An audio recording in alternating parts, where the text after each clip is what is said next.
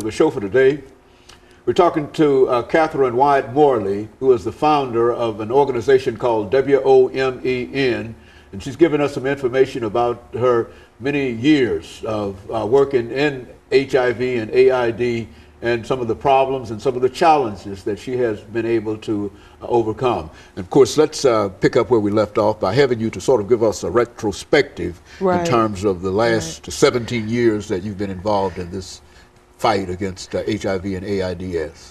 Well, when I was first diagnosed, again, 17 years ago, there were little to no resources in the community that addressed me as a woman, especially an African-American woman living with the disease, hence the creation of the organization. From there, as you know, I became an author, and that actually launched me on a journey to do work internationally. I became very involved with a lot of national boards, a lot of international boards, and I have seen HIV and AIDS in Africa, as we have discussed, and I've seen it in Thailand, and I've seen it in Warsaw, Poland, and many different countries. I've seen it in China as recently as 2009.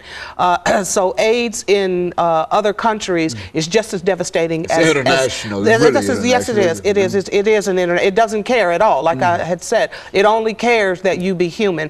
And so I've seen it in the United States, and of course living with it, but I've also seen it outside the borders of the United States. So I've been blessed to be able to provide services to individuals throughout the city of Nashville, throughout the state of Tennessee, and then also on an international level. And currently we're working with a group in Kenya to try to take some services over in Kenya because the need is so great, and they have reached out to the organization. So we're trying to support them.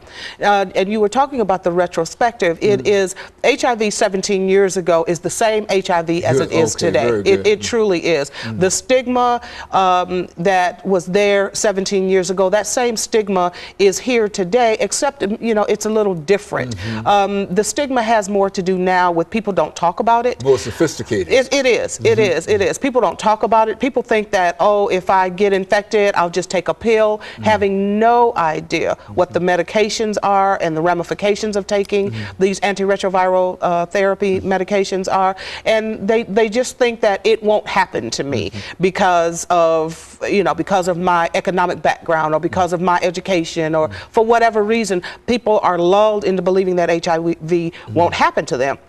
Unfortunately, I was one of those ones too. We categorize the individuals that have HIV as somehow beneath us, somehow dirty, somehow apart or separate, and that is truly not the case.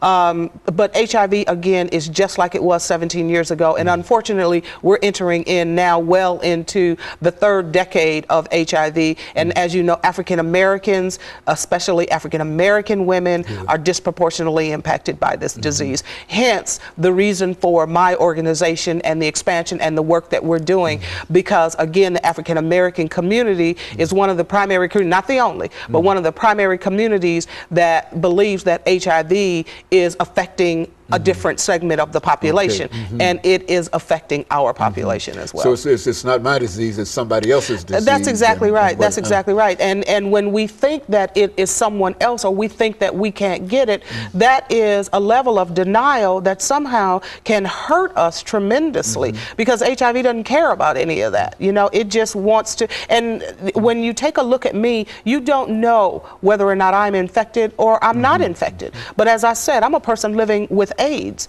and we need to make sure, number one, that we know our HIV status, and that whoever it is that we are having unprotected sex with, that we're having, that we know their status, and that we're using precautions and protection in order to protect ourselves. It is about empowering ourselves to make sure that we're making right choices. And so after 17 years, it seems that this is the conversation that we had when I first met you, and we first talked about it, and you had your book and your videotapes and all of those things. And this seems to be the same conversation, and I think I've had it time and time. When will we learn? I mean, is this the way it's going to be, or what?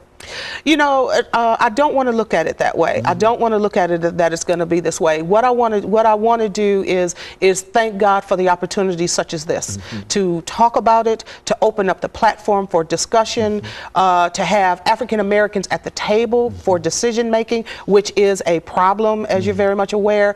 So I don't want to look at it in a negative perspective, because what's important to me as a mother is to make sure that my children do not become infected. So education, education, education, education. And if we can utilize platforms such as yours and other platforms in the community and on a national and international level, I really believe that once we continue to horn it in and continue to discuss it and continue to put it in people's face, because they think that it has somehow subsided, because it's not that's the impression that you get. Exactly. We already hear folks talk about it. As a matter of fact, I think we have more television shows on it than anybody else, because we try to do at least once or twice, at least doing all of the series. Right, exactly. And I commend you for that, because not every network or not every individual that has access to a media outlet will allow HIV to be a part of the conversation. And it needs to be a part of our conversation, not only as African Americans, but as people in Davidson County and Nashville, and also in the state and throughout the United States, because it is infecting and affecting hundreds of thousands of families. Now the virus, why don't you say something about the virus itself? Because we still have new individuals, even though we've been talking about the causes and et cetera for the last many years. Right. There are those out who, for the first time, this might be their first opportunity to find out exactly the nuts and bolts of the disease. Talk about it from that perspective. Well, the difference between HIV and AIDS, and of course you get a lot of different types of stuff on the internet, which is untrue, and it's really good for people to make sure that their resources are important when they're working towards trying to get legitimate information. But there is a difference between HIV and AIDS, and you have to have HIV in order to get AIDS. And HIV enters into your body either through breast milk or through unprotected sex, whether that is vaginal sex or anal sex or oral sex, because oral sex is a mode of transmission, which we seem to believe that it's not, as long as we can stay virgins, that kind of thing. And we also need to understand that once HIV enters the body, it begins to take over. That's exactly what HIV does. It takes over it begins to build up the itself and fight and fight and fight to destroy the immune system. And let us take this second commercial break, and we'll be back with you. We'll be back with our audience following this very, very shortly.